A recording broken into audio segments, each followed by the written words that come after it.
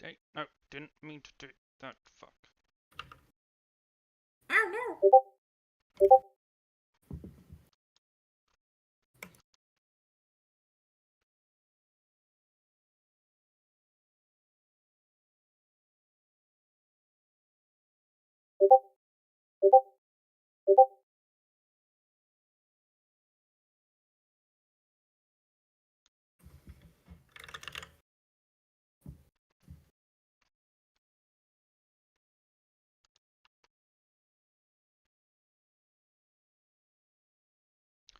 Okay, now it is saying I'm live, so...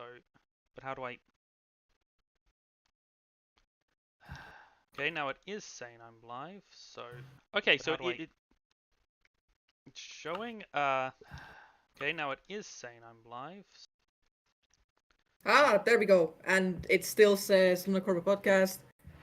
Now, how do I actually get into Numbers. the streaming studio on YouTube? That I do not know. I do not stream on YouTube. I am so sorry. These are the things we usually. Wait, did that... Hmm? Okay.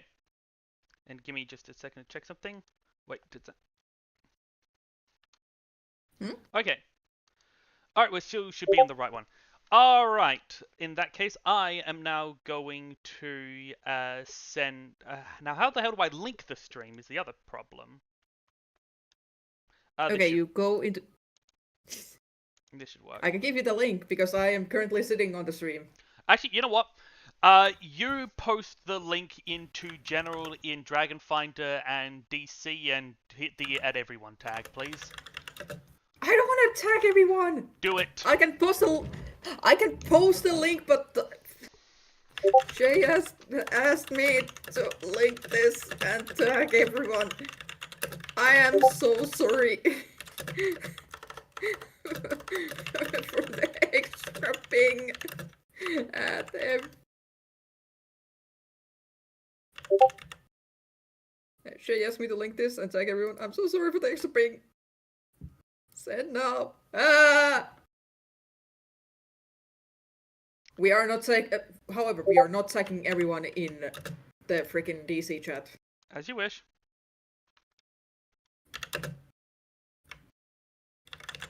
Shay's podcast is going.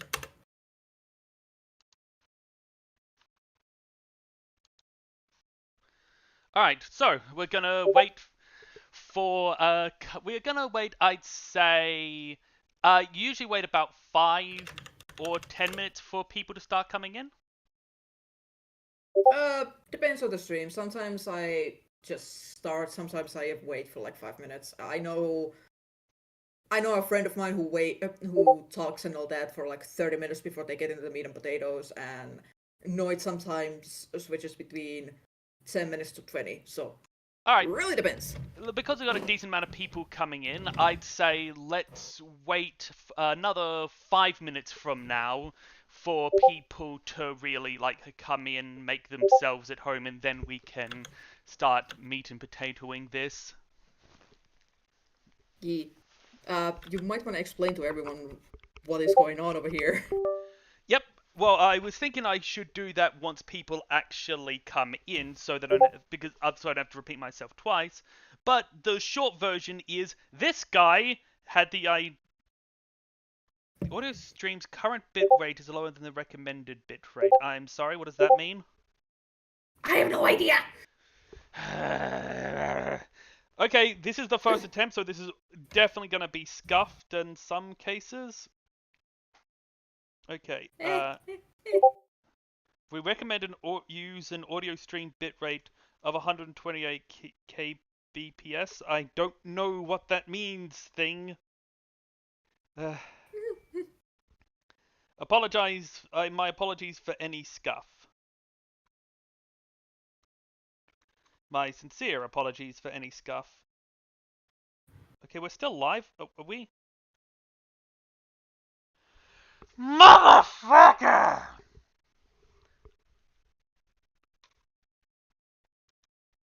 Oh no. Hearing a lot of beeps?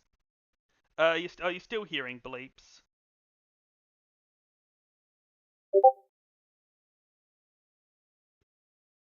That is weird. Hold on. I will mute myself on my own and mute and deafen and listen to you to the stream audio. Just a second. Okay. Yeah, audio stream bitrate is... Wait, now I've got a 0 bitrate? What the absolute... Hey Shay, let's do something involving technology, because you know that always goes well for you. I promise it's not going to be this, and I'm not going to be this annoyed during the actual stream itself. It's just trying to get this thing to work.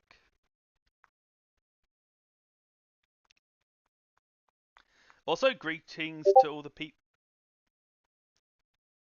My Discord notifications are all turned off, so that might have been from Dogi. I don't know. But yeah, no, I don't hear Discord notifications ever at all. They're all turned off.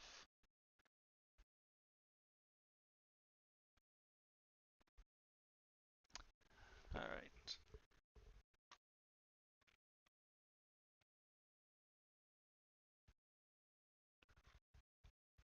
Oh yeah, all I know is I'm seeing like the audio stream's current bitrate 0 is lower than the recommended bitrate. I don't know what that is. I don't know what that means. Hierarch. I don't know how to fix it.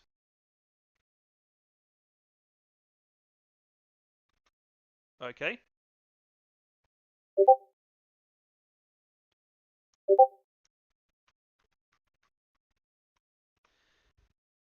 Yeah, no, I don't know why that would be. That makes literally, if it is Discord bleeps, I've got them turned off. I have no idea why you'd be hearing that.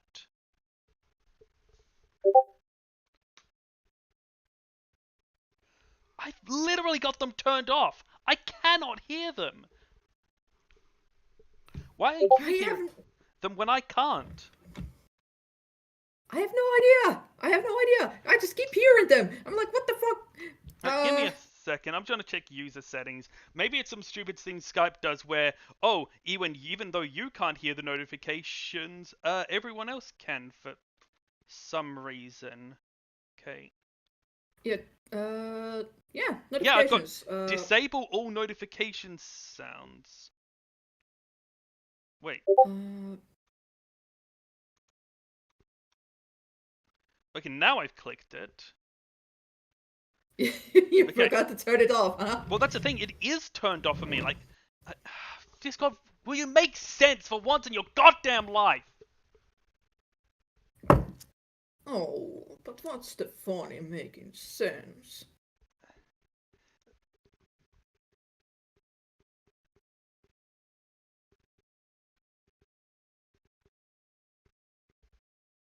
But that's the thing. If that might make sense, Kat. I mean, it would be annoying, but it might make sense.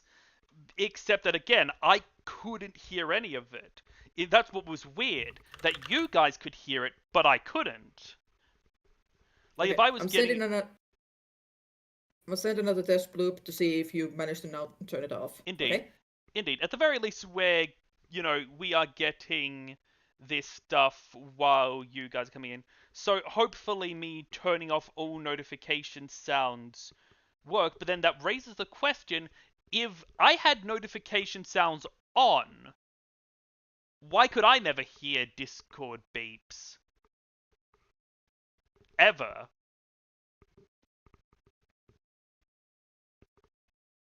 Alright, so apparently that fixes it.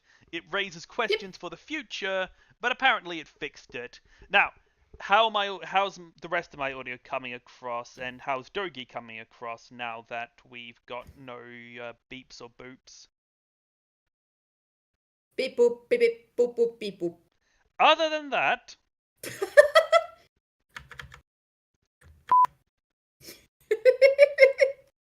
And now I'm messing with you. Now I'm literally just messing with you. I actually was worried for a second that my headphones had, like, lost battery or something, even though they're plugged in. And I was going to be like, oh, for the love of all that is holy.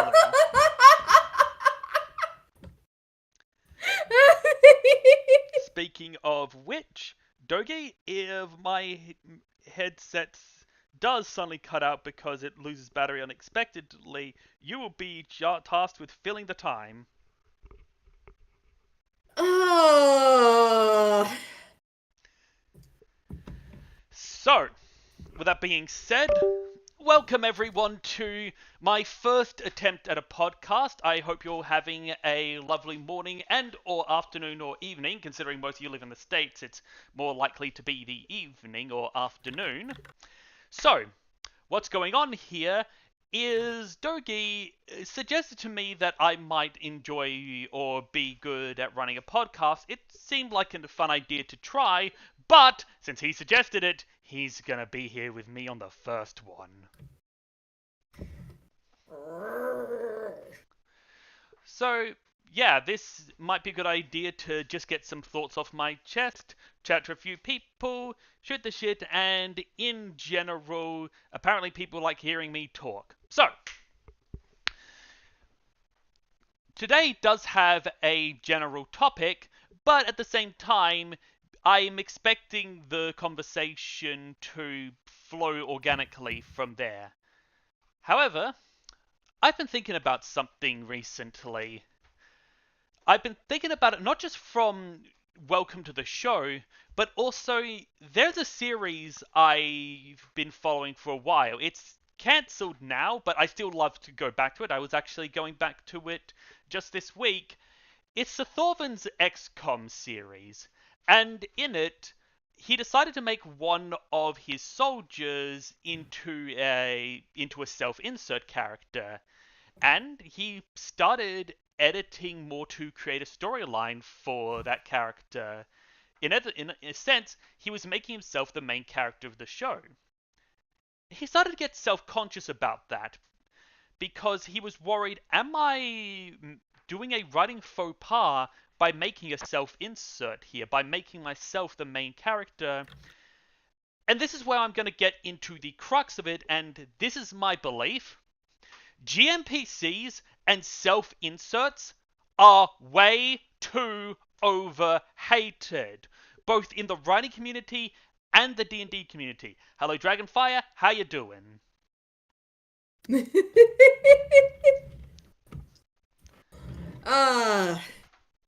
Now, this discussion would probably be more interesting if we had someone who had opposing view, but unfortunately I actually agree with Shay. I do enjoy self-insert characters, and I absolutely adore GMPCs.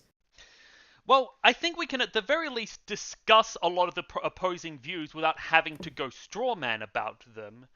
Because, let's face it, the idea that GMPCs is a red flag for a DM is... Greetings to Dragon Grognard.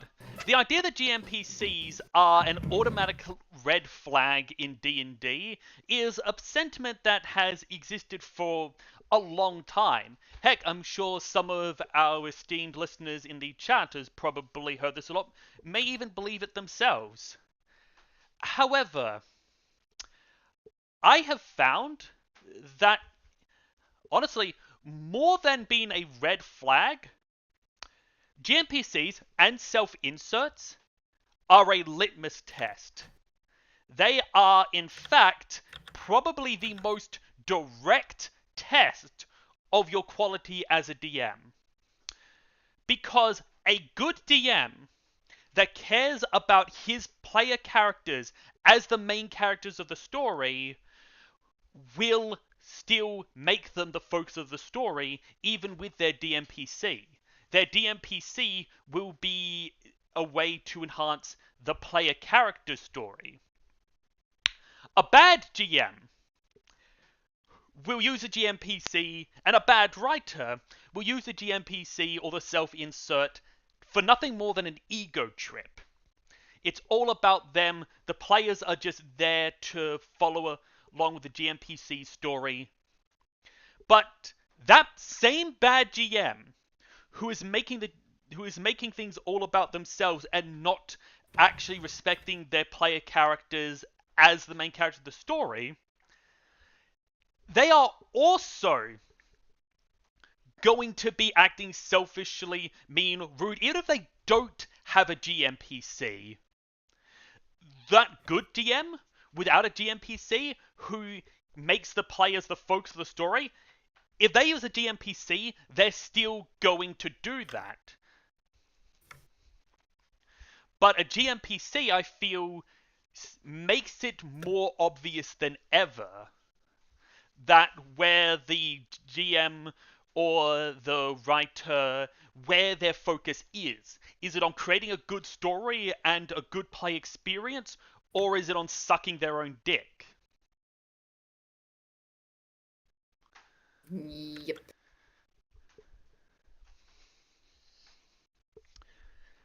Now, I should probably clarify something because I think a lot of people feel that there's a saying that GMPC is fine as long as they don't take up too much focus. But, they're fine to have a GMPC as long as it's a minor character. Now,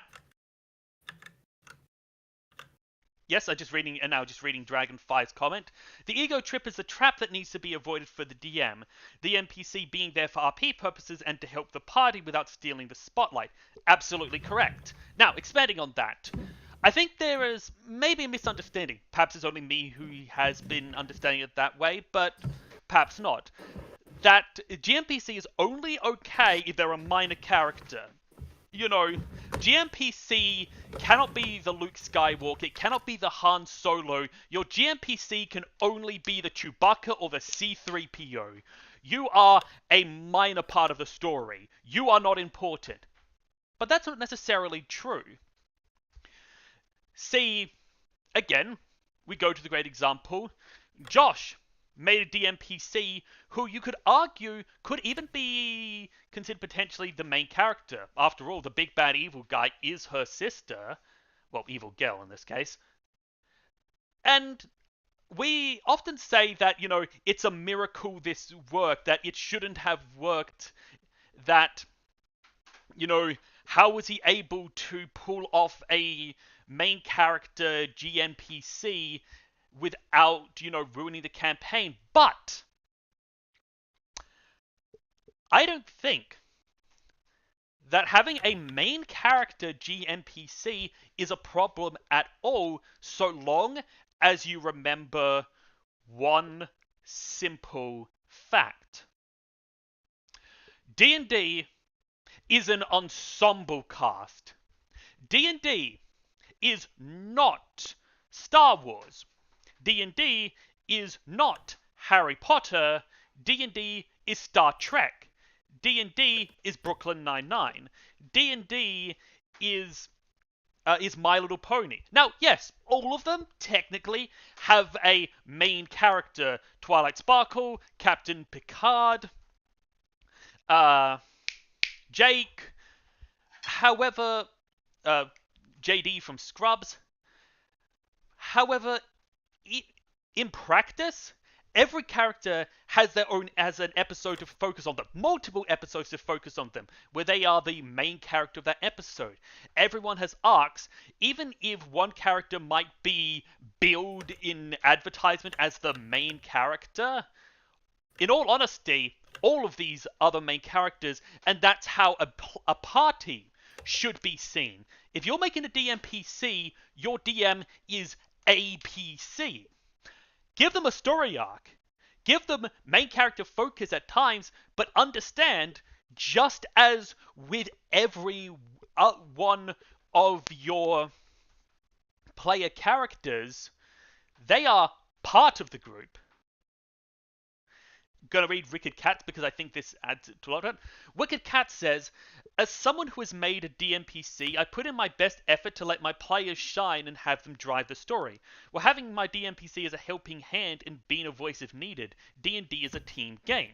Exactly. Making you... I was going to say, if you want another example, how about Mapmaker from Mapmaker's Quest? I know we haven't released any episodes, but how would you rate that as a DMPC? I actually don't count count Mapmaker as a DMPC. I count him straight up as an NPC. Interesting. Reason I say this is because Mapmaker is a quest giver. Mapmaker is someone we interact with, but Mapmaker so far hasn't really been directly getting involved in a lot of the adventures and stuff we've been doing. He hasn't really been traveling alongside us that much, and he's not really been given his own arc. His story that arc, you're aware of. at the moment, yes. Again, right now I can only judge by what I have seen of him. Yeah. Speaking of which, the story arc thing is, I'm actually going to use that to segue into self-inserts in general, because I feel that that is an important point. Anyway, so, when it comes to, brain, where was I? Yes, so, returning to my earlier point, it's the same with any other player character. If I'm running a group with you, Ari, Josh, and Fire, and I give Josh's character all the attention, he gets all the story arcs, he gets all the focus, everything is about him, and you guys are just there to support him, that doesn't feel fun. That doesn't feel fun at all. And it's the same with a DMPC.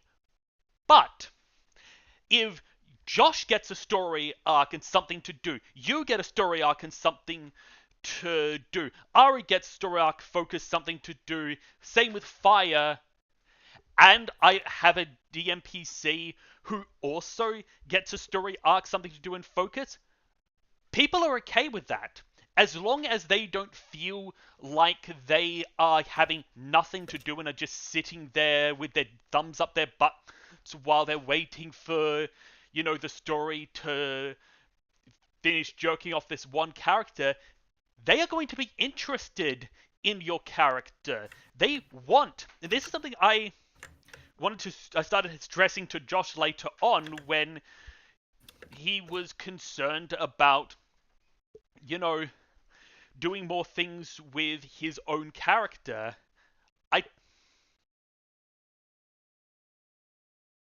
I'll get to that. I'll get to that arc. I'll get to that. Thank you for the question. It is a good question. I will get to that. Now,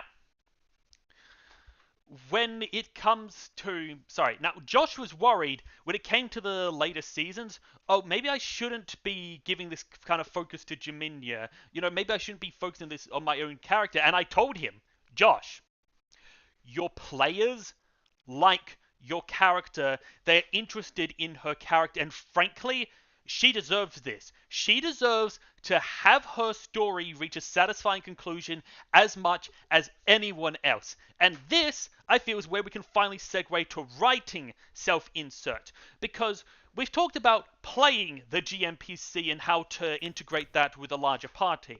Now, let's talk about writing self-insert characters. And the real simple fact is, you treat the self-insert the way you would treat any other character. You look for arcs. You look for things that they can learn. I'm trying to avoid buzzwords like, you know, give them flaws, because I feel people... It's not that those terms are inherently bad, but I feel people...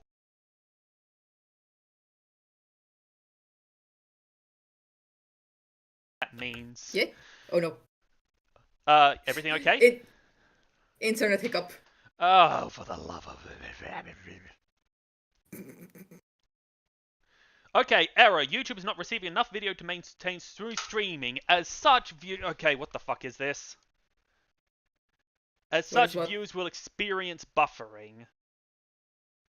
Yeah, let's give them a couple minute, maybe minute and a half. Yeah, stream status poor. I don't know why.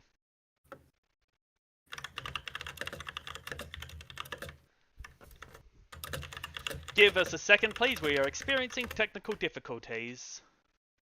Technical difficulties! Now, how do I fix this? I don't know! Okay, seriously. Okay. Oh, fucking YouTube! YouTube is not receiving enough video. What the fuck does that even mean? I don't know. I don't stream to YouTube. I don't And my stream to connection is. Twitch. I know, and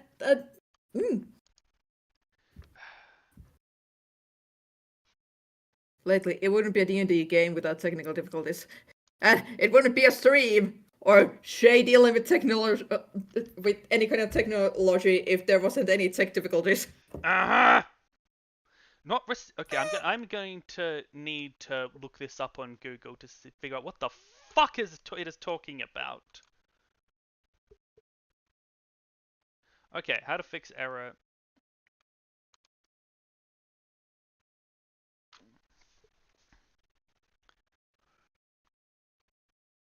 Okay.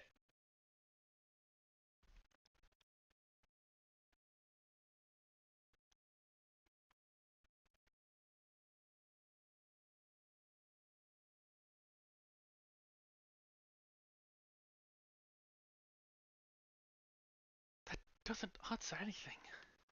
Okay, here's one thing I'm going to do. Give me a second, because this might help. Wait. Nope.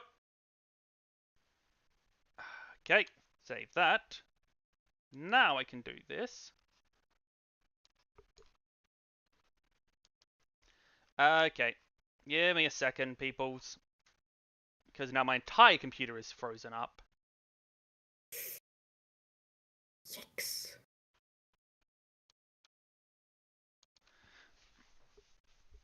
I'm gonna close a few things down, see if that helps. Yeah.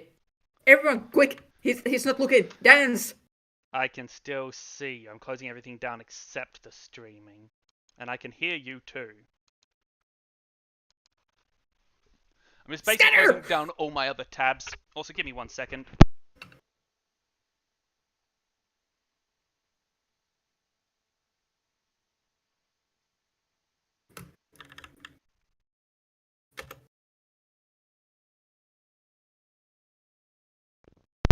Just had to take my jacket off. Okay. Okay. Do you have a boatload of... He does. He has more tabs open than I ever have. Yeah, I have a Yeah, fuck ton of tabs open. Sorry, I'm closing those down and also closing down some extra programs, seeing if that helps. Like, it was working fine before, but then suddenly was just like, nope, not working now, fuck you. I need to get rid of some of the tabs, but...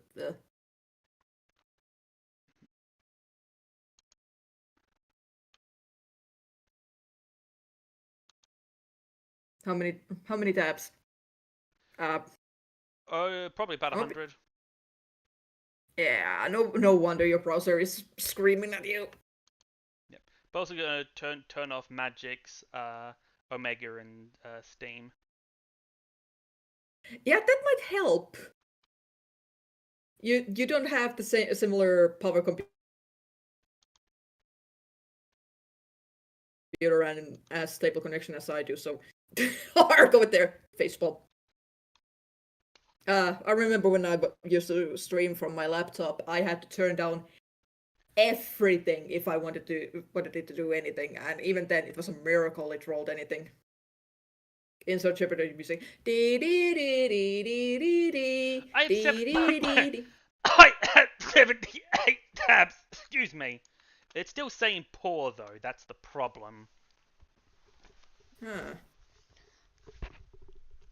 Is there any connection issues around there right now? Doesn't say so. Area? And it's on the OBS side of things. It's giving me the green light, saying 0 dropped frames. So basically, this is a YouTube thing, and I don't know how to fix it. YouTube, you finicky thing. Alright, am I still... Okay, well, actually, you guys, am I still coming across as jittery and stuttery? Because maybe it's telling me poor, but that's just because it hasn't caught up, and maybe I'm actually sounding better.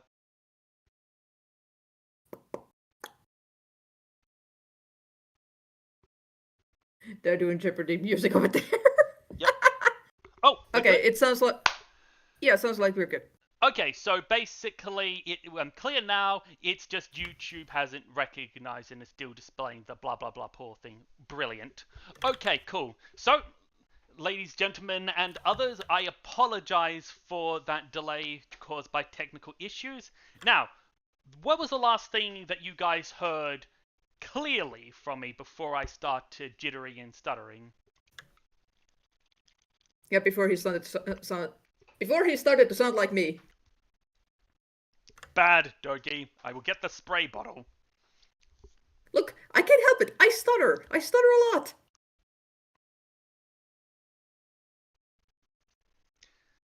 Okay, and just waiting for the chat to catch up with the stream. Munch, munch, munch. Indeed.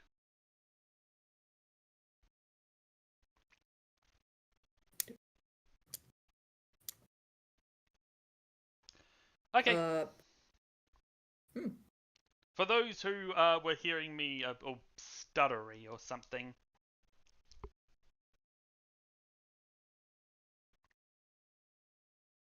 Okay, yes. So, when it comes to self-inserts, the important thing is to treat them like any other character. For example, that XCOM series that I'm a fan of. During the playthrough, he noticed that one, he had given the character, the commander, a lot of a melee build. Your class is randomly generated by the game. The commander got the melee build.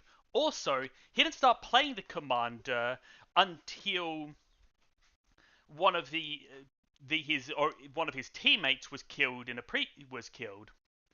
and there was one moment in the game where, because they were playing War of the Chosen, the Berserk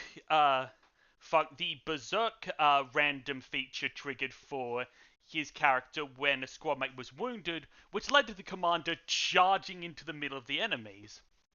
So what Sir Thorvin did is he created a storyline, and hello Robert Zeng, how you doing? And hello Cobral, how are you as well? So what he did was he created a storyline where the commander, still grieving from the loss of one of his soldiers, was basically going into a if you want something done right you have to do it yourself mode, where he would recklessly throw himself against the advent if it meant not losing one more soldier, something that other characters later started calling him out on, saying, "You are literally the only thing our enemy wants, and you've been throwing yourself at them." He had his character make an emotional mistake and start making repeated mistakes that other people called him out from and he needed to learn from. In other words, he made his self-insert into a character. Josh did the same. We liked Jaminia because he was treated as a character first, self-insert second. When you make a self-insert, they can be based on you. They can share similar traits with you, but they're not you. And I think that's the important thing to realize if you're writing a self-insert or a GMPC. They're not there to make you look good. They are there to ultimately be a character. And basing on them off yourself is fine, because at the end of the day, we're characters. We're a bunch of fucking morons. That is definitely one way to look at it. But as long as you treat them like a character, write them like a character, you're fine. Now, Ark. Ark asked earlier what went wrong with her campaign when she was writing a GMPC with a large group of players. That ultimately comes down to keeping the total small. If you have 4 players and 1 GMPC, 5 players, that's not too bad. If you have 3 players and a GMPC, that's a 4-player group. That's nothing. You're fine.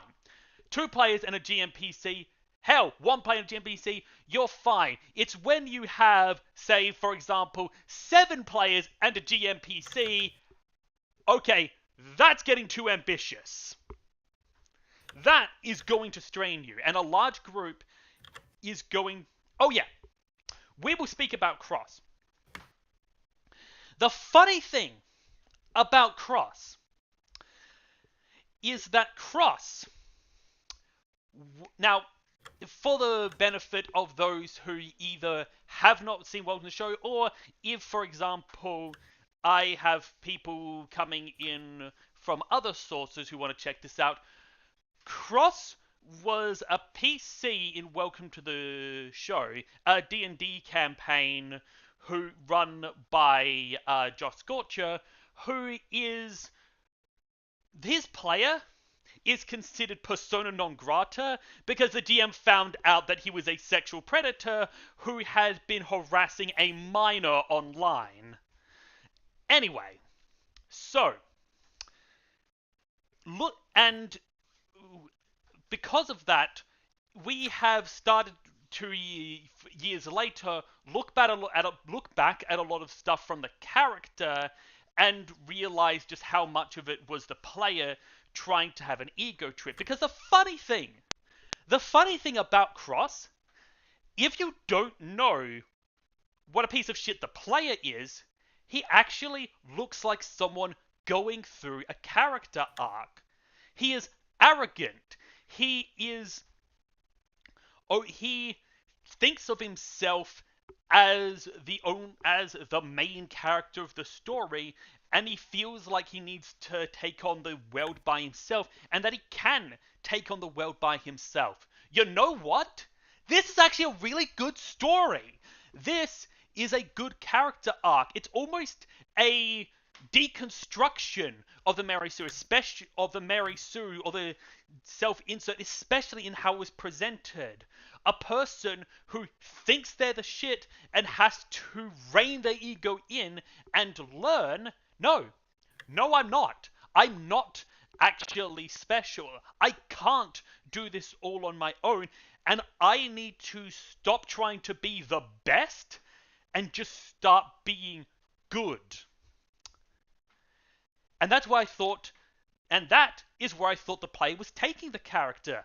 I thought it was intentional. I thought, hey, this is actually a really interesting story arc.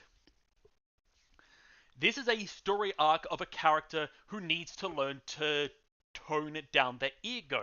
As it turned out, oh no. See, that ego, that wasn't a planned character flaw.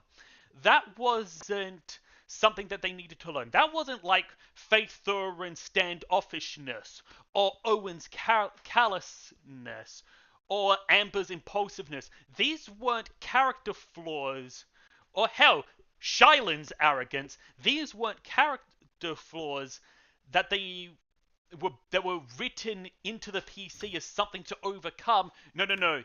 The player themselves really was just that arrogant. When they said things like, this has been my show, you're just along for the ride, that wasn't, as I thought at the time, the character saying something stupid. Oh, no. That was the player speaking how they saw things.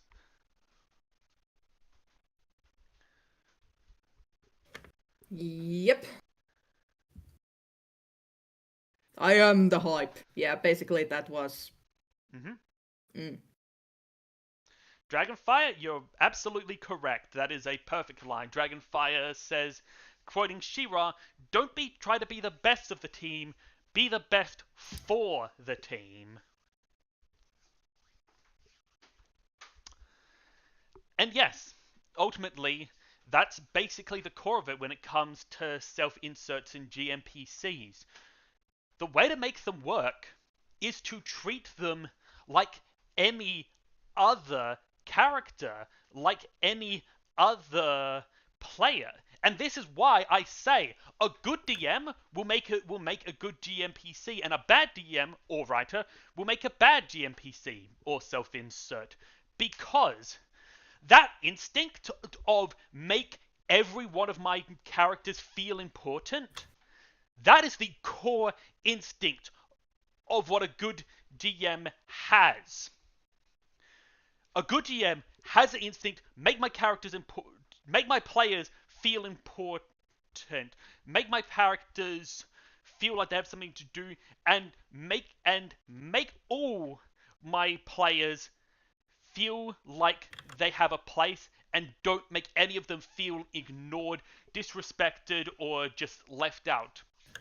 Good GM is always trying to do that, and if he can share this, and if he can make sure that, and he is already making sure that all the player characters get an adequate amount of spotlight, he can throw in a GMPC so long as he is not overcrowding the amount of players that he can handle, and he'll still be doing that because that instinct of make sure all the players have a good time and feel like their characters are the protagonist is always going to be there. Same with a good writer. When a good writer gets a character, any character, whether their own self-insert or John Jacob Jingleheimer Smith, whatever the fuck you call it, that writer thinks, how do I make an interesting story with that character? And they'll do it whether it's their self-insert or not.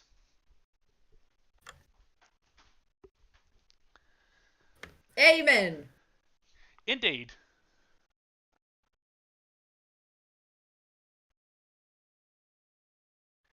Sorry, did I interrupt?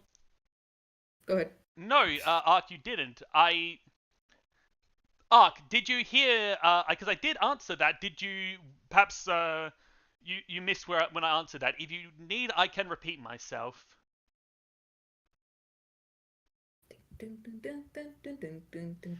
Also, since I feel that I have fairly adequately made the statement about the GMPC, I'm thinking before we move on to a different topic, don't worry, Ark, I will do that.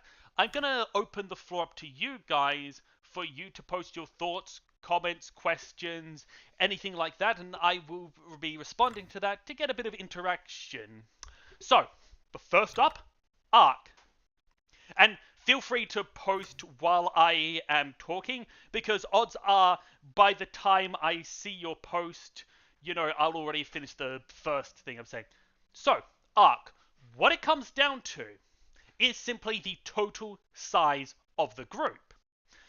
If you have 4 party members and 1 GMPC, that's a total of 5 characters you gotta worry about. It can be tricky, but it's doable. If you have only 3 party members and 1 GMPC, that's a classic 4-player group. That's the recommended. It's standard. You should be fine. Less than that, and there's literally no problem here, except, obviously, make the enemy monsters a little bit weaker because you've only got 3 PCs to fight against them. Anyway, where it becomes a problem is, for example, if you have 5-player characters and a GMPC, that's a 6-person group. That's getting unwieldy. 7-player characters and a GMPC. Josh, what the fuck were you thinking? Let's be fair to Josh. It was his first time DMing something. Josh, what the fuck were you thinking? I don't know. I don't know, Shade. What were you thinking when you made like a 200-page document about your world for a one-shot? I will get to that if you'd like me to, because that could be the next topic. But Blue Griffin asked, what about the NPCs that are temporary party members, like ally that to the party can potentially recruit for a certain amount of time? I'm actually curious about this one too, because this is something I do with Color Me Curious, which is the campaign I've been running for about 10 sessions now, and so far we've managed pretty well, but I'm curious about your opinion about that. Literally, it's the same principle. Now here's the thing. A GMPC I define as an NPC who travels with the party and is, for all intents and purposes, another member of the party. They may as well be a PC. They fight with the party, adventure with the party, go through the same combat encounters as the party, level up alongside the party. They're one of the party. That to me is a GMPC. They are part of the ensemble cast. A temporary GMPC is literally the same thing. It's just not. It's just an occasional thing, a temporary thing. When it comes to the temporary GMPC, the same principles still apply.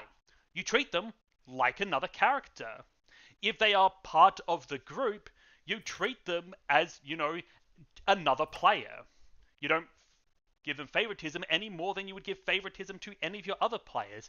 It's the same principle. I think the only difference is with a GMPC, you should actually give them an arc. Well, actually, no, I tell a lie. I was about to say that with a GMPC, you should give them an arc because they are ultimately one of your main characters. They aren't the main character, but they are one of them. And yeah, they do actually deserve that respect. But, actually, I think I just realized this. The way to treat the guest, if the way you treat your GMPC is the way you treat your normal party members, or normal players, then the way you treat your temporary GMPC is the same way you treat your guest players. You make them part of the group, you make them one of the team, and you make sure to give them their own temporary arc, like how No Nat One's character and Cora as in Midnight Sonata's character in SOTOW, not Cora Fire's character from the East Academy, but how they got their arcs in their temporary story. How, I believe it was Blatter, got his arc when he was traveling with the group in Mapmaker's Quest. It's the same principle. If you're wondering how should I handle a GMPC that's only going to be around for one session, ask yourself this. You have a guest player who is only going to be around for one session. How do you handle their character? And it flows from there. Now, let's look at some comments and replies.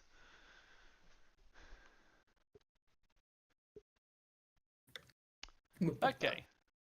Actually, Dogi, since I am away AFK the most, would you be able to be my chat checker? Okay, what did you want me to check? Just if people have questions, okay. If people have comments, if people...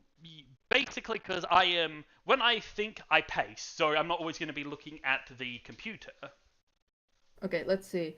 I think Josh was just very excited and enthusiastic about this world. Actually, that 200 dog comment was aimed at Lunacorva for the Lost Island. He got a little overzealous over there. Oh, yes. I mean, now I can tell let's see. Sorry, that wasn't a question. That was me just pointing something out. For Krugner, I mean, I can't point fingers. My one shot for the service celebration has now lasted over 2 years. I am sorry about that. Wicked Cat, I think I know what Josh would be feeling back then. Just happy people wanted to play the game and is eager for all friends to join, only to discover how much work that would be. Yeah, Krugner, and now I'm setting up the next campaign. Good luck for that. I know the feeling. I'm working on my fourth one. So I'm here, and I was so happy from Wicked Cat. I was so happy you were one of my guest players, Shay. I hope you had fun with Polite's Curse. Your episode should be popping up in December. I apologize for not being there as much as I could have been, but yes, I did have fun, and I had fun playing with you guys. So,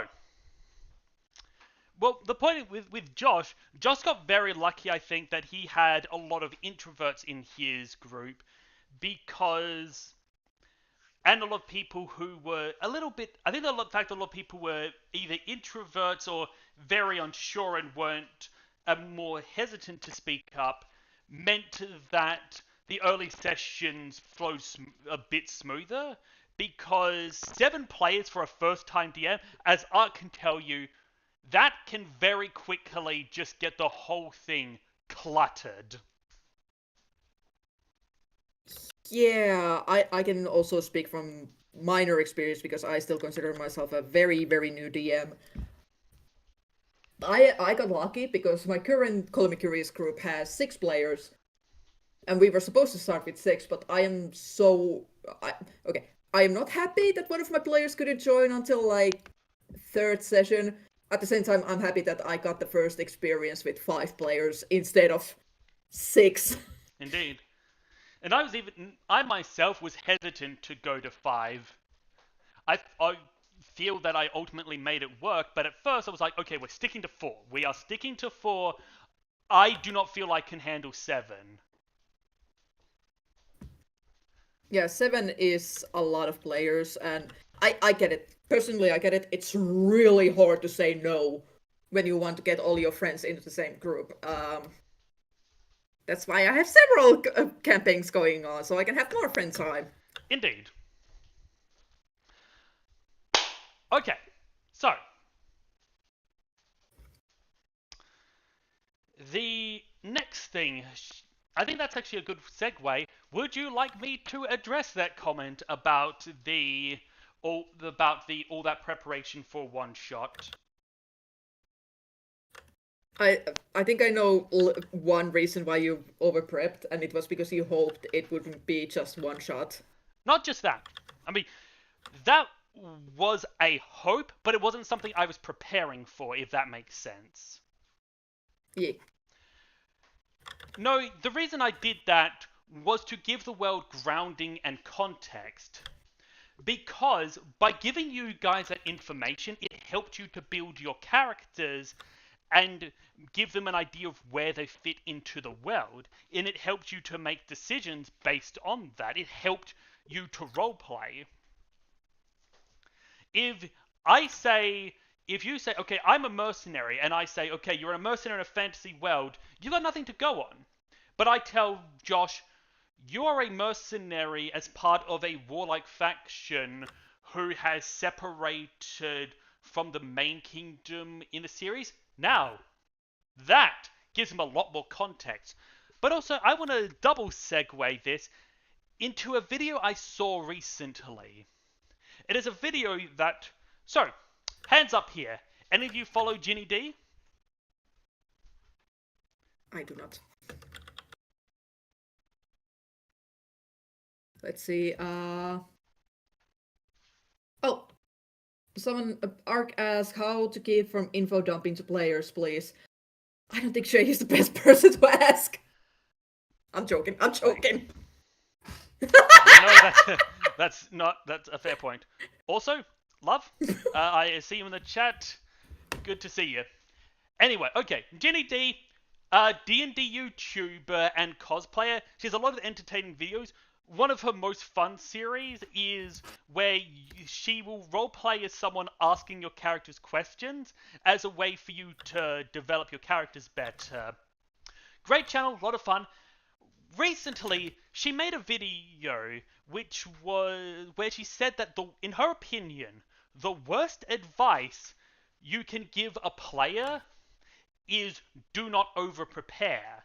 That a new GM should prepare. They should prepare a lot.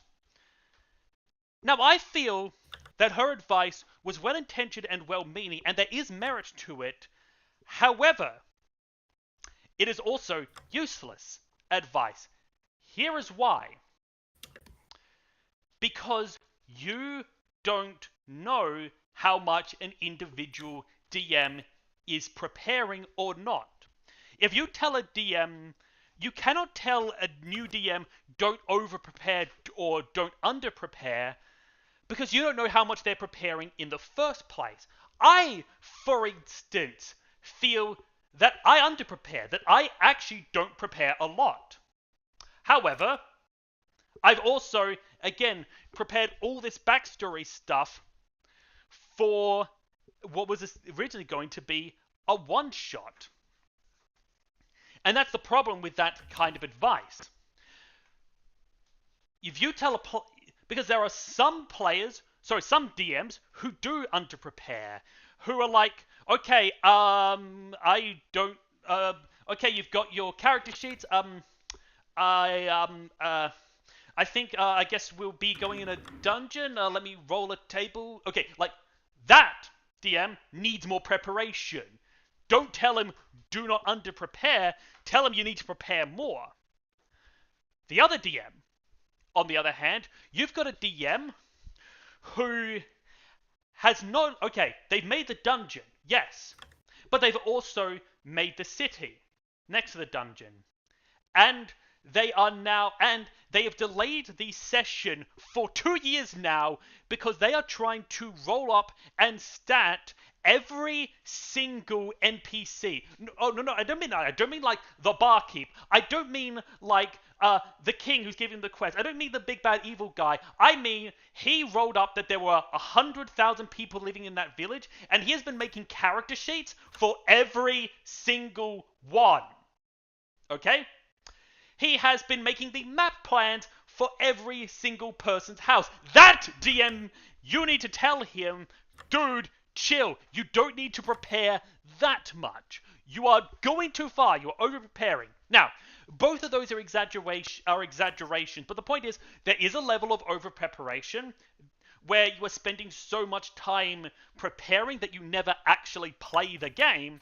There is a level of under-preparation where you find yourself not ready to handle things. There's a sweet spot. And if you tell the DM who is under-preparing, hey, it's fine, don't over-prepare, you're making the problem worse. You tell the GM who is way over-preparing, no, prepare as much as possible, you're making the problem worse. It's advice that needs to be tailored to the specific DM, whether or not they should under-prepare or over-prepare. Now, returning to me...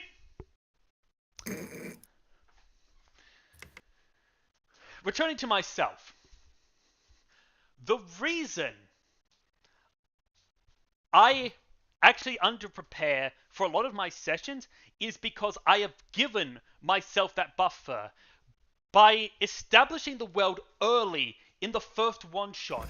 It means not only did I give you guys context for your characters to help you with your role-playing, it means that because I have that buffer, I can use that as a reference point for when things go off the rails. I don't need to have every little detail sorted out. I just have those details, and now my player goes, you know what? I'm going to go up to the king and piss on them. Well, okay. So, I know from my early session notes that the king they're going for is Horus. He lives in Tagura. Now, one thing about Tagura is it is very, very well defended. So, that's going to be a lot of guards. Okay, player wants to do that. Immediately, I know I can set up a combat encounter against the guards. What kind of guards? It's castle, small area. I'm thinking shield and halberd. Yep, shield and halberd makes sense, Praetorian Guard style. So, how many? Okay, he's going straight up to the king, so probably a lot. Dogi, you are now in a combat encounter against 10 Praetorian Guards armed with shield and halberd. They're all level 2 because that is, the elite level in this setting. Have fun. And because... The fact that the character that I just rolled might actually just do that. I'm aware. And because I have that established baseline of details, it's meant that half of my session notes, literally half of my session notes, have me just been writing, let the players handle this. Because it'll be things like, I know you want to talk to this NPC, or I know you want to go investigate this, or or etc. So I'm literally just like, the players have got this. I find that often at that point, my role as a GM becomes not directing you, but giving you. My job as a DM at that point is not directing you, it's keeping the meals going. I am the waiter who says, it looks like you guys have finished your meal and you've got nothing to do, here's the dessert. Or, here, let me top up your drink.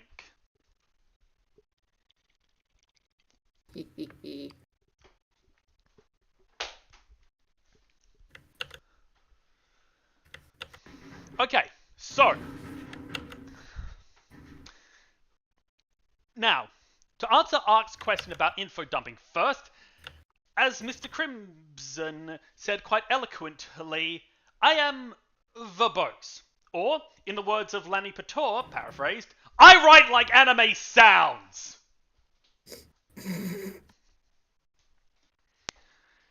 However, I may be able to help you more if your question is a little more specific, or rather, what do you mean by info dumping, and what precisely is your issue?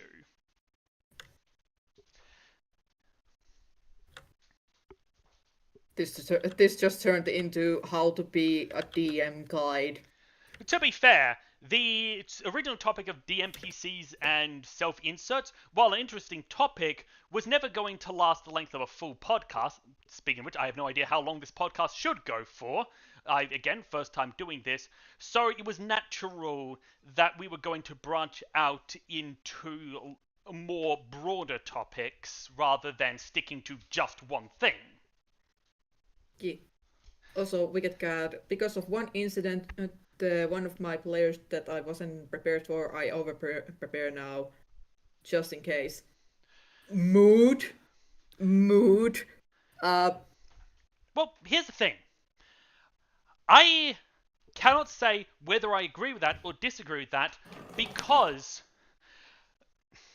no one has any idea what a good amount of preparation is. We know that there is a sweet spot, but no one knows what that sweet spot actually is. And such, if a DM says, I'm over-preparing or I'm under-preparing, we don't actually know. We don't know if they are, we don't know if they're not. We don't know if they're doing the opposite or if they actually are just doing fine and there really is no problem. I, for example, have said that I feel like I under-prepare. You have said that you feel like I over-prepared. Are you right? Am I right? Is the truth somewhere in the middle? It's much harder to tell. So it's entirely possible, Kat, that you don't over-prepare at all. It's entirely possible that you prepare a perfectly reasonable amount. It's also entirely possible that you do in fact under-prepare.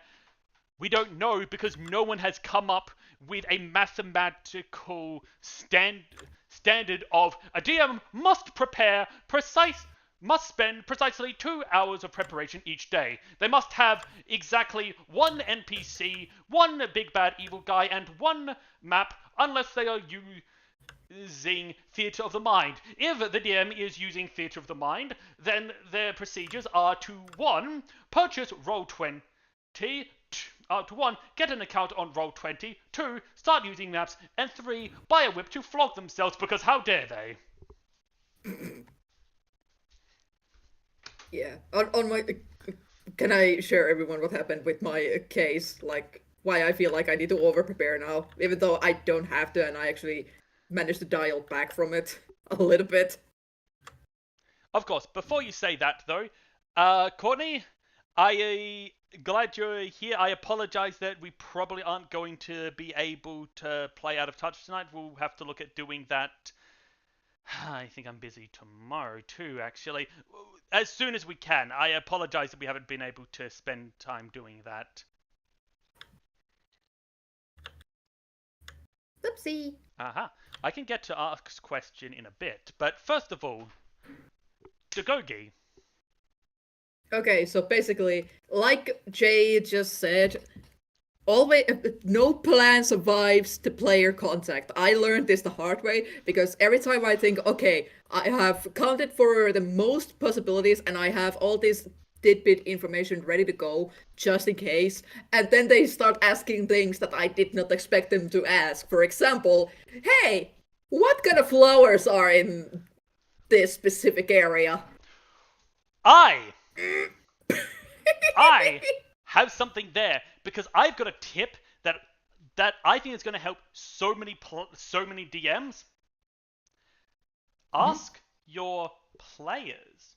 Because here's the thing, and this is something I used for one of my sessions when someone was asking what there was to eat at a local restaurant. Here's the thing, I didn't know, but I had two players who were cooks, one of whom was also a history buff. In other words, I asked them, I asked, hey, Ash, this area is a mountainous and hilly area. What kind of food would be local to their cuisine? And Ash had an opportunity to answer. This is great for two reasons. Not only does it make things easier for you, it lets your players contribute to the creative process in a way beyond just their own character. It might not be a big thing, but it lets them add to the world building. It lets them also indulge in a field that they might be interested in real life. You take the players to an art gallery. You've got a player who like loves art. Let that player describe the paintings in the art gallery. Give them that moment. You have a player who's really interested in botany and another player asked what kind of flowers are there. Hand the reins to the botany interested player. Let them tell them the information they need to know, like you're on a snowy mountainside. Let them answer. They'll Thing appreciate it. it. Okay, so that is a good advice. However, when this question was asked, they were trying to learn this thing from a book. So that was a, and they are not botany nut. They were just checking for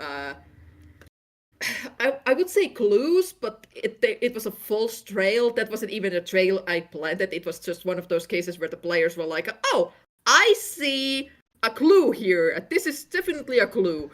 And I'm like, "No, it's You're not. talking about me, aren't Wait, you? not you, I think, but it is specific. It is that campaign, yes." To be fair, I love it when you guys do that. I love it when I'm like, I didn't mean it as a clue, and you're going completely different direction. But I love watching you go. That's another thing. Sometimes when a player, and I've done this a few times with the Lost Island, when a player picks up on a clue that I wasn't intending, here's what I will do. What I'll think about this for a second, because sometimes it is just a red herring, but other times it's like the player thinks, for example, the player realizes, wait a minute, why is there no blood here? The guy's head is missing.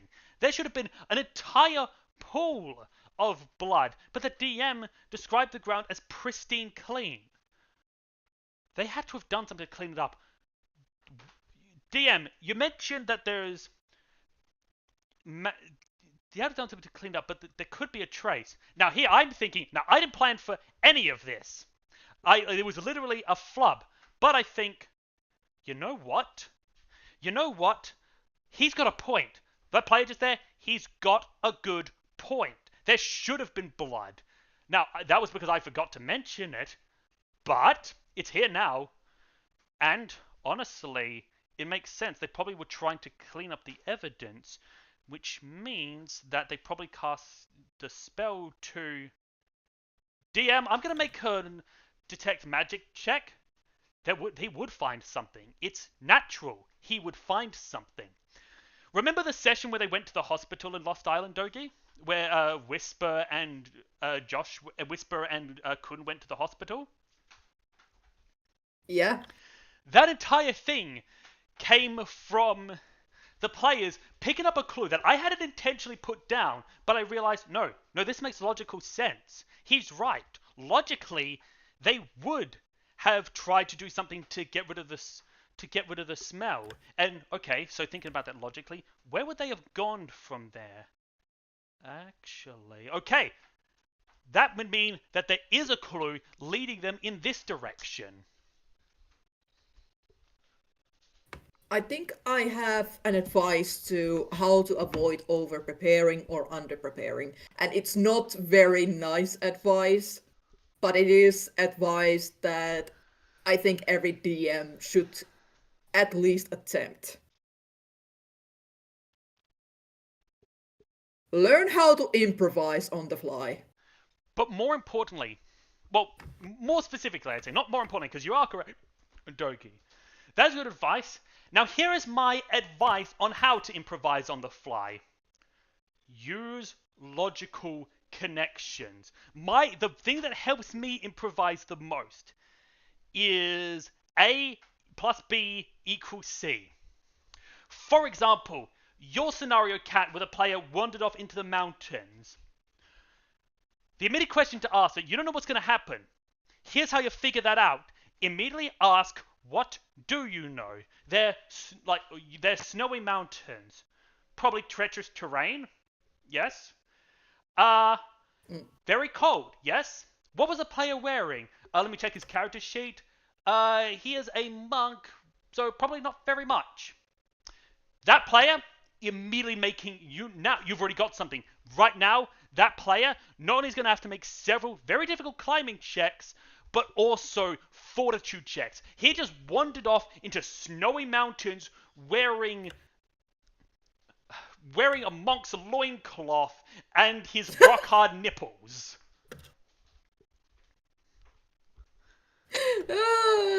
It's a good thing that these things aren't monetized. We're gonna get age restricted so hard.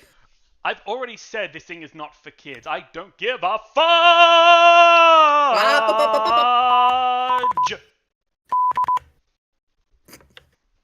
Yes, I hate the sense of poor. I said fudge. Well, I didn't know you were going to go fudge. I just heard fudge.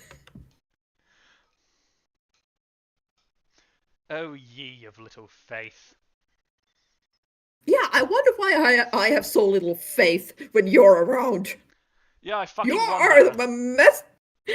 You are a massive troll, sir.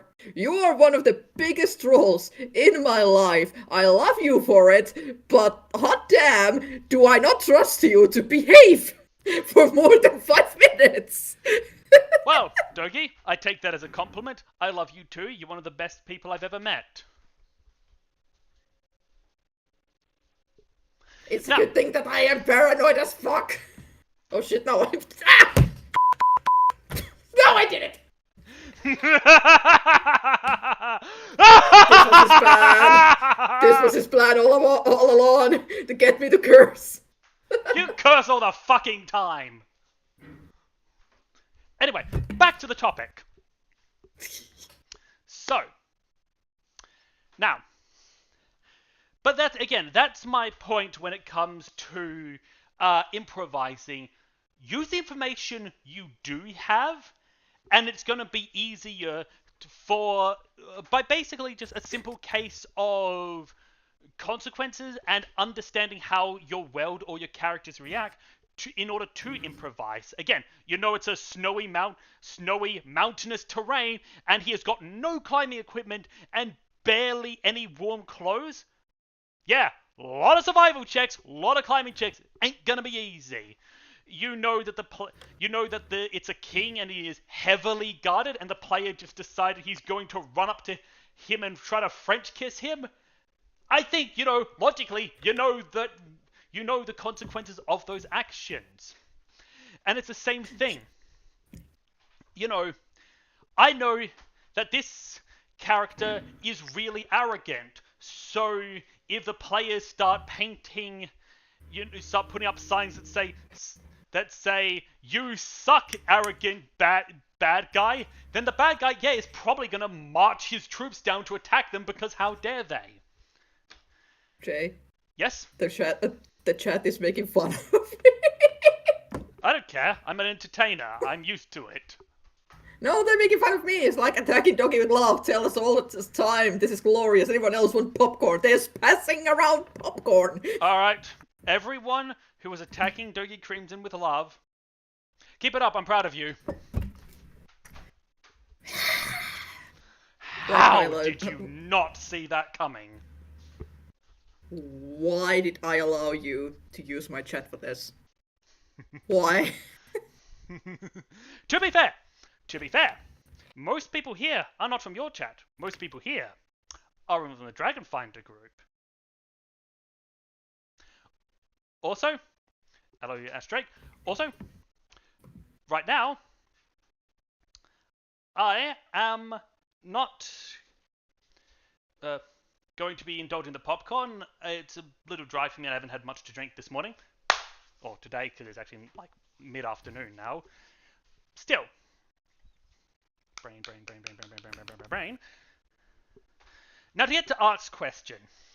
When it comes to info dumping, best thing to do is to spread the information out piece by piece. It's a balancing act, I admit, between giving all the information at once and the bad guy is evil. Okay, that established. Next chapter, the bad guy is evil. We know this. Next chapter, the bad guy is evil because his wife died. Okay, now we've got something interesting. Next chapter, the bad guy is evil because his wife died. Okay, we've heard that again. The way to do it is not, the bad guy's evil because his wife died. His wife was the priestess of the blah blah blah blah blah blah blah blah blah. No, instead it's more, first chapter, the bad guy's evil. We've met the bad guy. He's a prick. Next chapter, we learn about his wife. Next chapter, we learn about the deal he made to try to save her that corrupted him. Beat. Every new chapter gives us some more information. That's a good way to do it, to spread the information out. And another thing that helps, think about how the players might naturally find that information. Because if you put all the information into one immediate source, then it can kind of feel like, okay, why did this person write his entire life story right here and there? Also, it's giving up the suspense. So spread the information out and think about where and how they would logically learn this information. For example, they might learn about the big bad evil guy from meeting him. They might learn about his wife because they sneak into his house and find a shrine for her. They might then look up information on her and get a lead to a dark temple where they learn that he, consorted with the ruinous powers to try to resurrect her. Etc, etc, etc.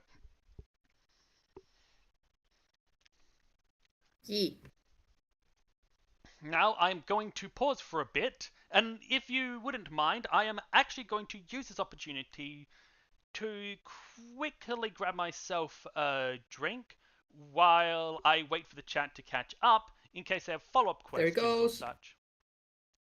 There he goes. Whee! Sorry, what?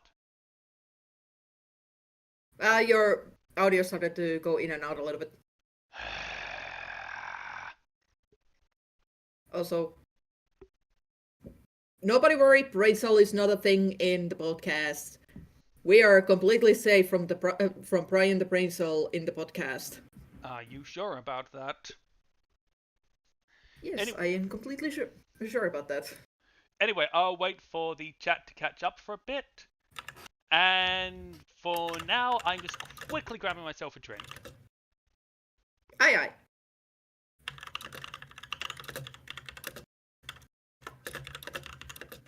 So, which means I am going to be entertaining you for just a half a minute or so. So I can hear him just fine. Yeah, he was going a little bit in and out. Nothing too major. It was just noticeable for me because yeah. Go get some water, brain cell. Okay, Brian the brain cell is a meme slash joke from my chat, the tavern, and my stream, where if someone typos something, we all start repeating the typo. For example, if someone, instead of saying first, writes frist, we all start going frist, frist, frist, frist, frist, frist, frist. And basically, we all share the brain cell for a moment. And I created uh, an emote for it called Brian the Brain Cell, because whenever someone typos, we put Brian over there and share him just for a short moment and be like, frist, frist, frist, frist. We just start repeating the typo. Like a hive mind. Not everyone likes him, and that's completely valid. If someone tells, like, I've made it very clear, if someone feels like we are making fun of them, that is not the case. We are not trying to make fun of you, but we will stop it if it makes you feel like that. Like, if someone has made it very, very clear that they feel insulted or hurt by this joke or this insider joke, they will not be included in that joke anymore because, that's not nice. That's very much not nice. However, in my chat, it's going rampant. It's so rampant. Even I'm not safe. Everyone attacks me if I do a single typo. And it's glorious. Uh,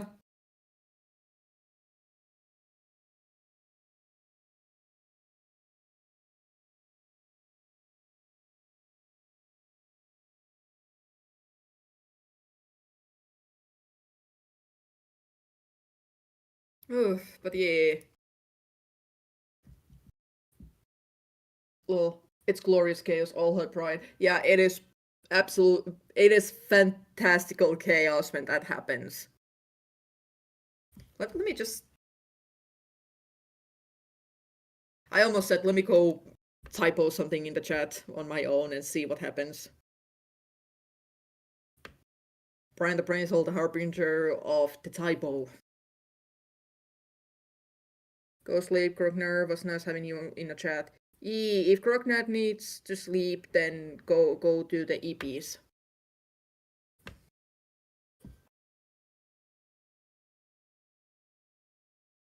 Sweepy EPs.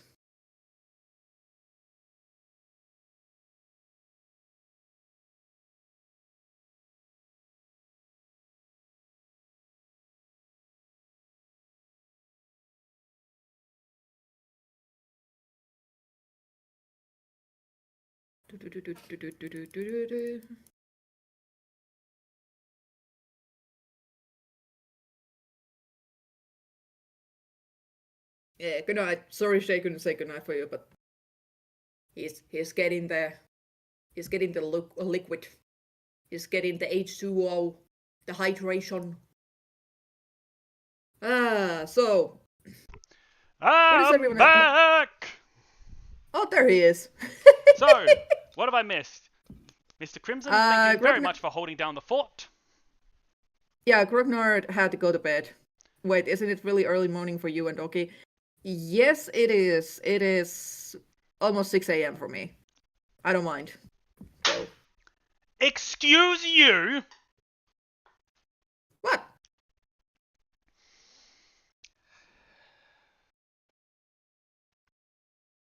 What?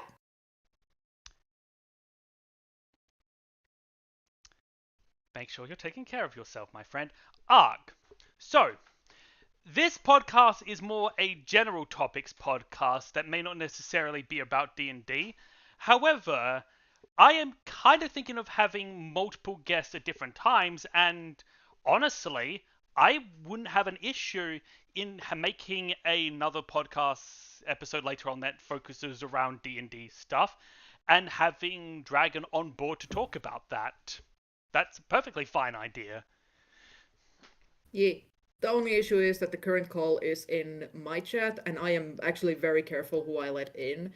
So But Shay needs to make his. I can Yeah, I was about to. happily just do like a DM call with him for that.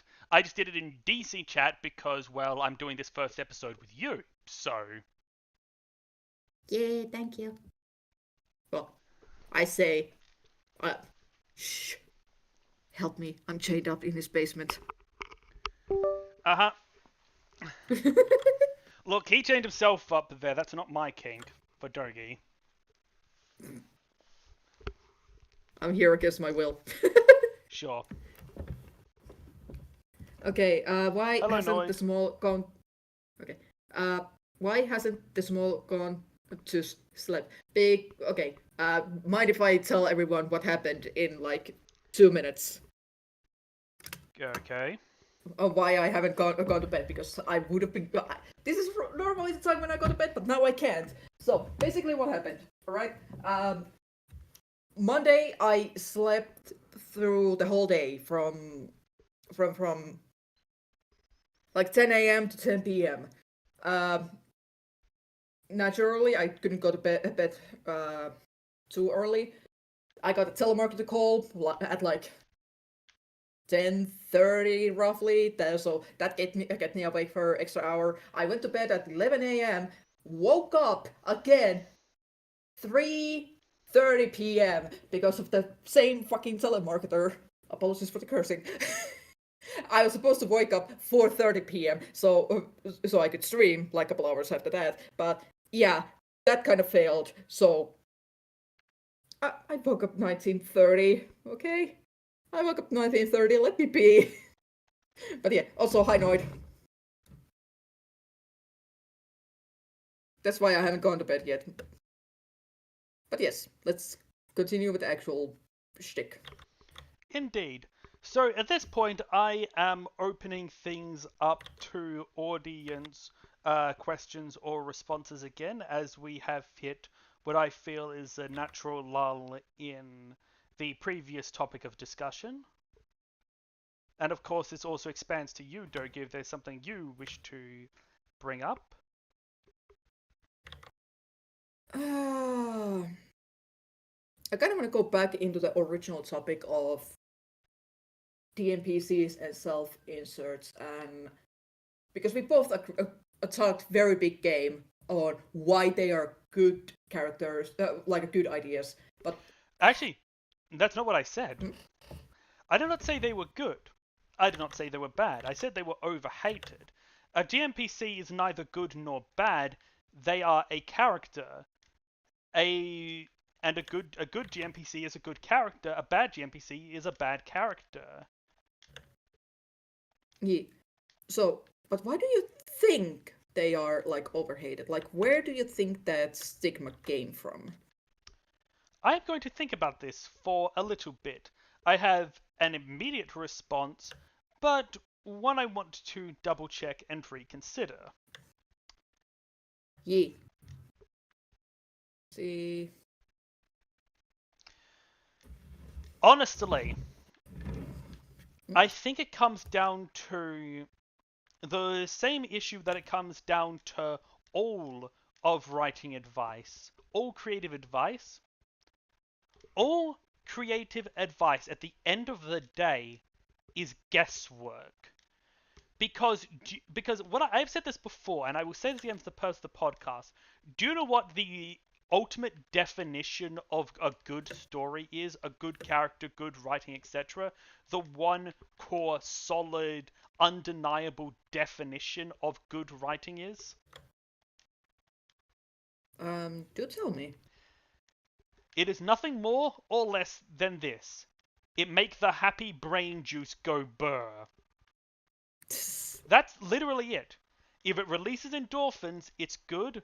If it does not, it is bad. But that's not useful advice. If someone asks, how do I write good, and you say, make sure your writing releases endorphins, well, fucking how do I do that?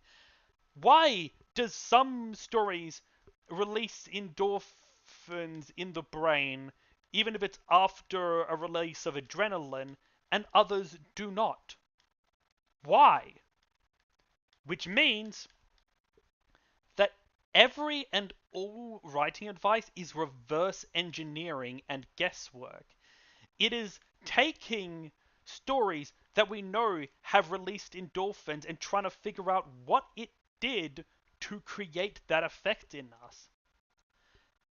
And the ones that didn't, why didn't they? But what this will often lead to is false positives. The same way that someone who has no idea of what a microwave is might think that it is a box to hold things in, or who has no idea what a stovetop is might think it's a torture device to burn someone, because they're getting information but lacking bits of context. So, a player who experienced a bad GM, who used a GMPC, might start to think that GMPCs are bad. They mix up the cause with the symptom.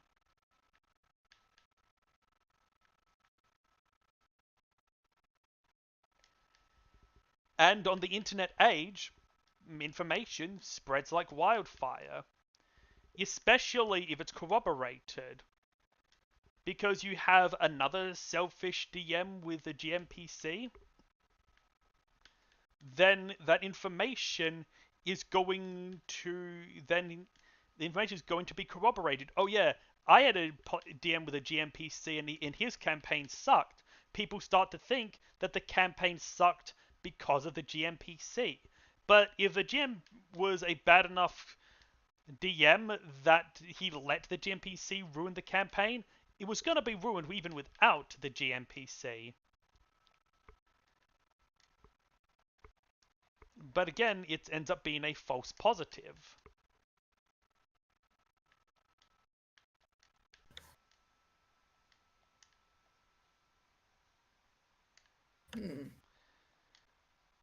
Because at the end of the day, we're guessing at the cause. We're guessing why X is good and Y is bad. And sometimes we attribute the success or failure to the wrong thing. It's how I feel about it's similar in many ways to how I feel about the whole character dimensions equation.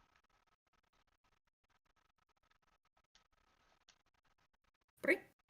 The discussion you and I have had before. So, to bring our esteemed viewers up to speed, I noticed a while back that the idea of character depth and complexity is a worthwhile topic, but the idea of the three dimensions, having one-dimensional, two-dimensional, three-dimensional characters, is a flawed way to look at it, because you cannot divide complexity into exactly three dimensions. It is way more complex and complicated than that. You cannot say, okay, this character is because no one has actually a definition of what a dimension is. And there is way more details. If you try to say a character should have exactly three dimensions, you're turning it into a mathematical formula when that doesn't fit. I can go into this in more detail in another podcast or perhaps at a later point, but what it comes down to is I feel like the idea of a character must have exactly three dimensions was a product of someone trying to figure out why some characters worked and others didn't, coming up with a theory, but that theory doesn't quite hold up. Because again, ultimately, this is guesswork and reverse engineering.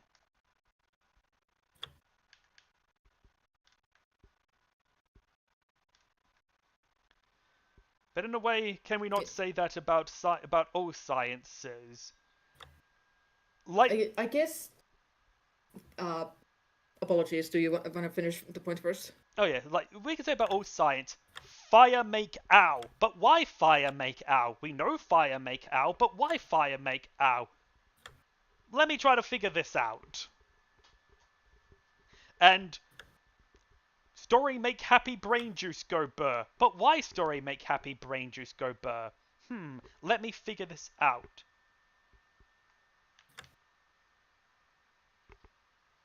Yeah. I think in general, this is like a just observation I've made as a writer, novice writer. Um, while all stories can be good stories can be boiled down to make brain happy burr, uh, I think the tips, well, trying to quantify what makes a good character or what makes a good story in more detail than that. Unfortunately, it comes down to personal preferences, and because everyone's brain is different. We experience happiness and the brain chemicals differently. We get those brain chemicals from different places. For example, I get way more excited and happy when I see a puppy than, say, you. I mean, you probably would be really happy to see a puppy, but I don't see you getting excited and wiggly like I do. So when you're trying to find the quantifiable, you're trying to find the concept of why a story good, you can't put it in words. It's too big. You can explain it in terms that make sense for you, but when you try to explain it to someone else, it falls flat because we experience joy different ways. Precisely. And at the end of the day, all writing advice is basically trying to convey why a story made you feel something.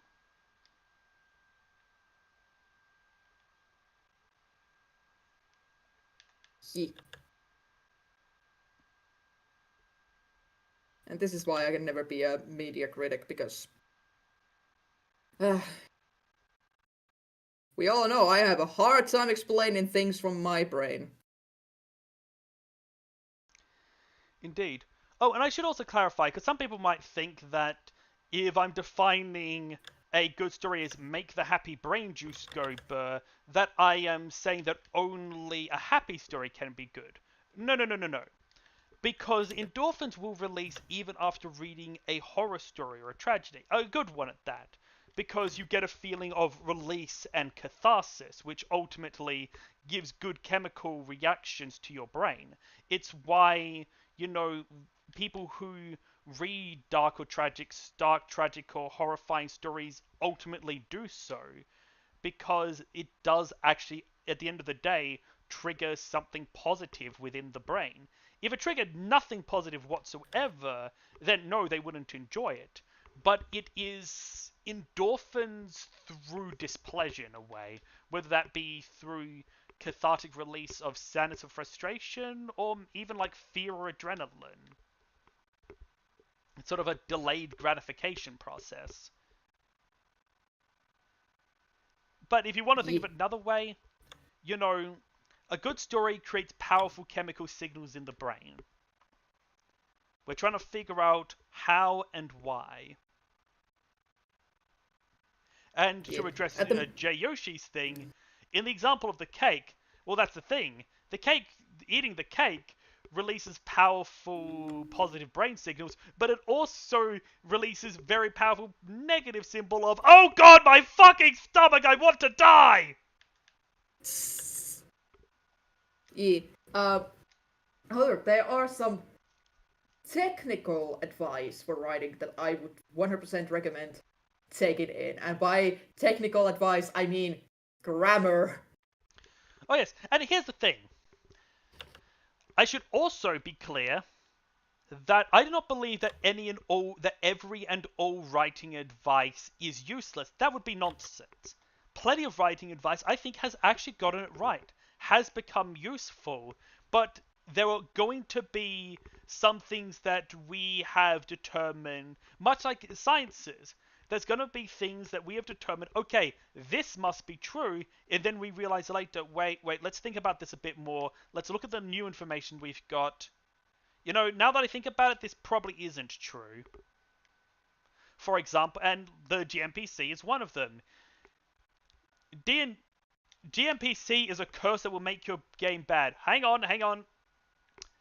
You're basing that because you had a bad experience with a GMPC and you've heard from others, but let's look at this more closely. Because there's a couple of flaws in that assertion. Oh, yeah, I see.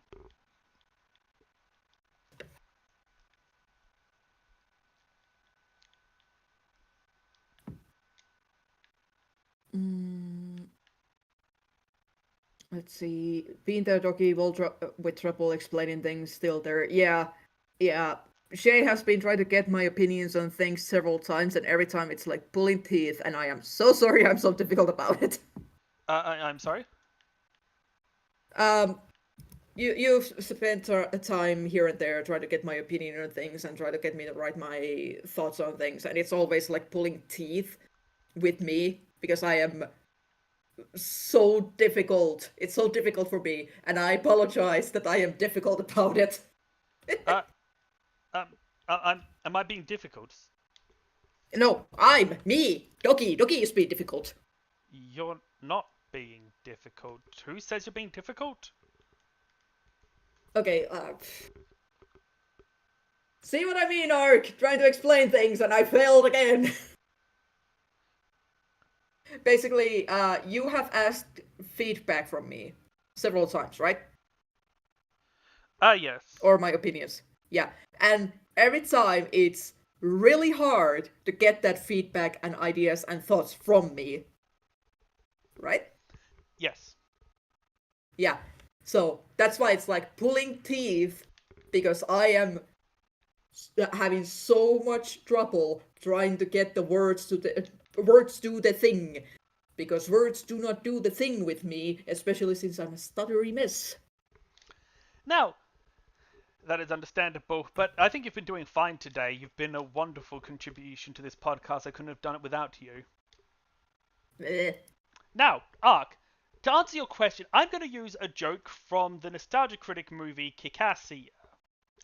At one point, a character, a doctor, is holding an Uzi and he says, I have scientifically proven that if you are holding an Uzi, you will not die. And of course, the reporter asks him, wait, how does that make any sense? And the doctor says, well, I'm holding an Uzi and I'm alive. Science proven. Now, you would likely be asking yourself, what the fuck does that have to do with Mary Sue's self-inserts? Well, just like Mary Sue's self-inserts, it is a mistaken belief that correlation equals causation. See, what a Mary Sue ultimately is an ego trip. A Mary Sue happens when you're not interested in writing a story, you are interested in simply, I believe the scientific term is jerking off your character. Mary Sue's happen where things become so easy for your protagonist that there's nothing to really interest the audience, where there is no intrigue left. When now, because of this, because Mary Sue's often result as a matter of ego above telling a good stories, a lot of Mary Sue's end up being self-inserts. Because after all, if someone is going to be egotistical, they are likely going to be egotistical about themselves. However, correlation is not causation. Just because self-inserts Just because a lot of Mary Sue's are self-inserts does not mean that a self-insert will cause a character to become a Mary Sue. I also have very strong words about self-inserts and Mary Sue's. Um, am I allowed? Of course, I was being quiet to let you speak. Okay, so where this self-insert is Mary Sue became public wisdom, and I can give you one answer. DeviantArt.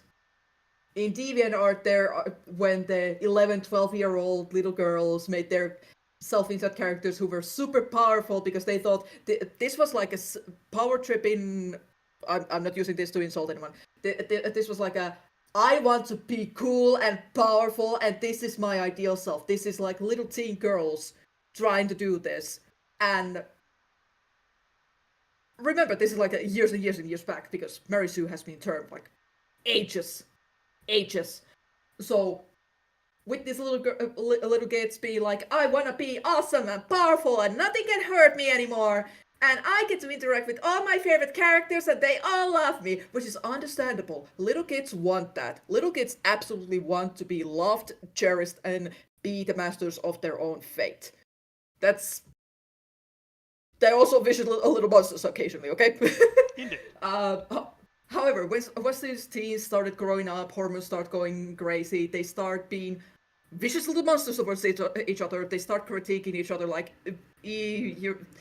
And then there's these adults who are like, ew, you're cringy. And then these teenagers are like, I want to be like adults. And they call us cringy. They have called this specific behavior cringy. So I'm going to call everyone else who's doing this cringy. So they think I'm cool. So it's a correlation. It's a chain effect. Because apparently little girls aren't allowed to be a little bit cringy anymore. Name one interest little girls can have without being made fun of. Name one interest. Hell, name one interest children are allowed to. Children can have that isn't being mocked. Okay, if you're a boy and you're into football, no one. Well, there's gonna be some people that mock you, but it's not as bad as say a girl going into horses. They're like, oh, a horse girl. Yeah, no, horse girls is an insult occasionally. Not wrong. To clarify, with the exception of sport, every interest a child has is mocked. Interested in anime? Cringe. Interested in games? Cringe. Now that's changed a bit these days, but let's face it, that hasn't been the case for a long time. Yeah, this Back hasn't when we been were a growing up? case. Sorry.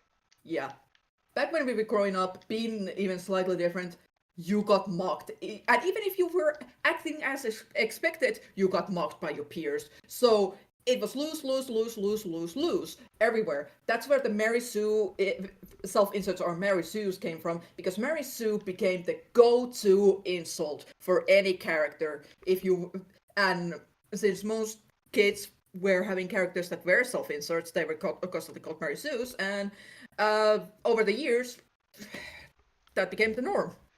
Indeed. Now, I would like to, and I'd like to say this to another podcast up, because I do want to speak on the Mary Sue a little more, because the Mary Sue has become a case of, yes, it is, like, having a Mary Sue is a genuine problem in your writing if you're trying to make a story.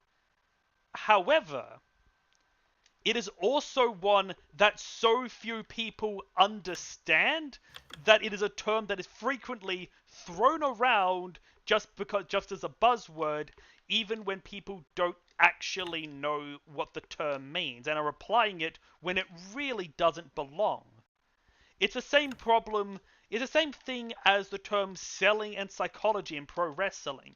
These are important terms. They are critiques that matter, but so many people hear them as a buzzword that they think will make them sound smart, so they start using it wearing a top hat, a monocle, and smoking a pipe, and trying to pretend that they know what the fuck they're talking about.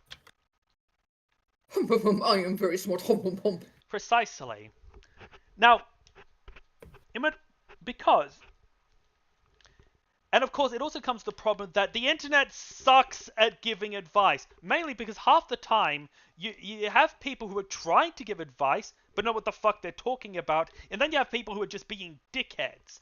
And not only is internet really bad at giving advice, but if you're new to learning writing, it's really hard to sort them out because you're brand new to this. You don't know you don't have the experience to know who actually knows what they're talking about, who is speaking in good faith and who is just being a fucking prick. And even when people are trying to give good advice, they might say things like, your character's a Mary Sue. Okay, says the 12-year-old kid, what does that mean and how do I fix it? And then they get stuff like, oh, your character's a Mary Sue because they have purple goddamn hair. Yeah. Or your Or your characters are Mary Sue because they win too much. But aren't heroes always supposed to win? Says the 12-year-old kid, not understanding the problem. Now, a good writer, who is able to actually give proper advice, says, but your favorite characters are still going to have moments where they face difficulties. What's your favorite story? Oh, I really like Sailor Moon. Remember that episode? And how it made you really want to, where she lost and it made you really want to see her win? Or how over the story she starts off really like immature and she slowly learns from her mistakes and becomes a better person? Yeah? That's part of the reason he's such a good character. It's something to take on board. I think I'm starting to see now. But what they actually get... Blah, blah, blah, blah, blah, blah, blah, blah, blah, blah. Ow. Because, again, a lot of people on the internet, they often know that something is off about a story, about a character. They know, hey, this doesn't quite work. Something about it isn't making... Something about it is not sparking joy. But they don't know why, and they're not good at articulating why. Gee, you have a bunch of socially awkward people and put them in the same room and you wonder why they're not good at communicating with each other. Who'd have fucking thunk it?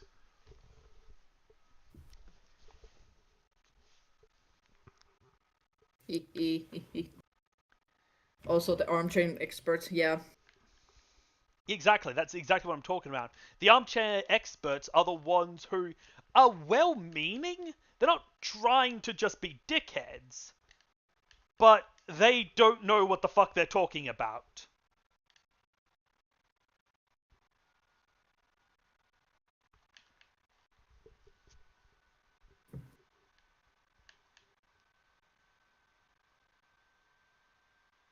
Yeah.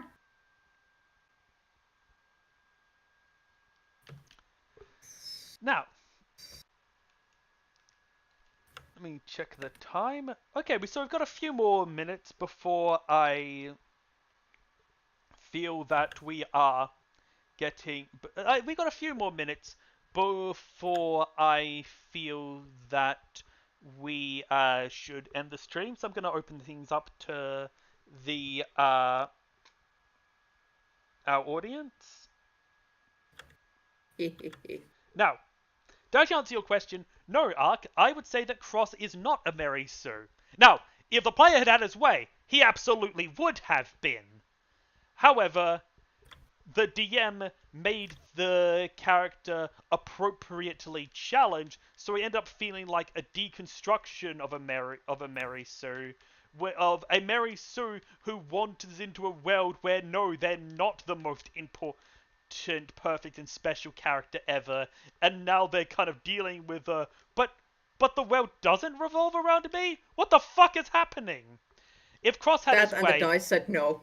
Yeah, if Cross had his way, he would have started a harem with Jaminia and Simula, defeated the Warden's armies, bested the Warden himself in single-handed combat, and have Amber as his own personal dragon mount, while all the other players fall down on their knees and say, "All hail Cross! All hail Cross!"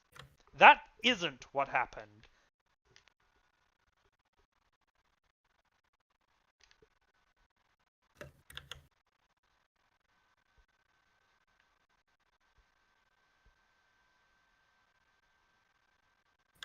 Yeah. Is it possible to have... Okay, we're saving that for the Mary Sue podcast. Write it down. Write your question down. Send it to me. Okay. And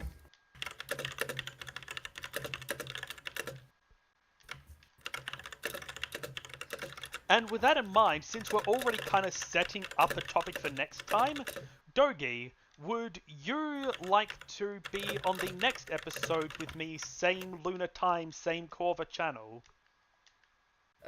Sure. Awesome. Thing.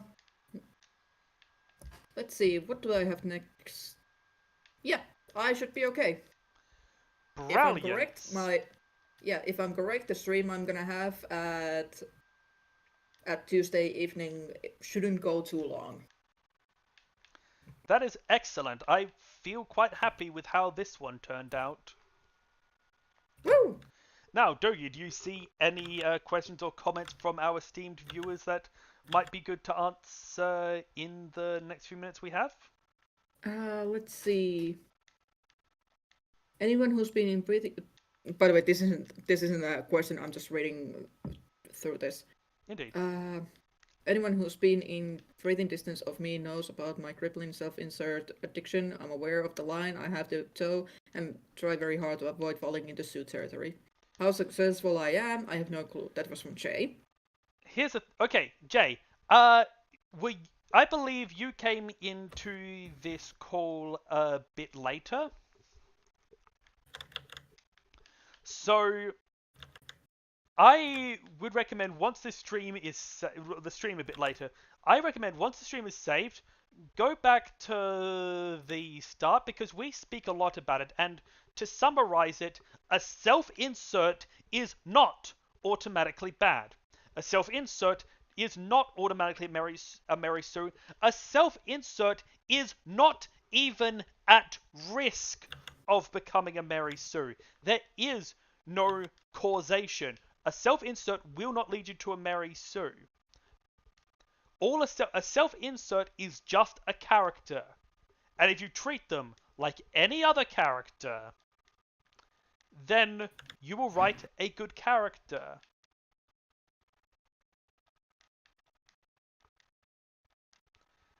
Indeedly. Characters are a vessel to tell your story. If you're using them like that, doesn't matter if they're a self-insert or not, you've got a good character on your hands.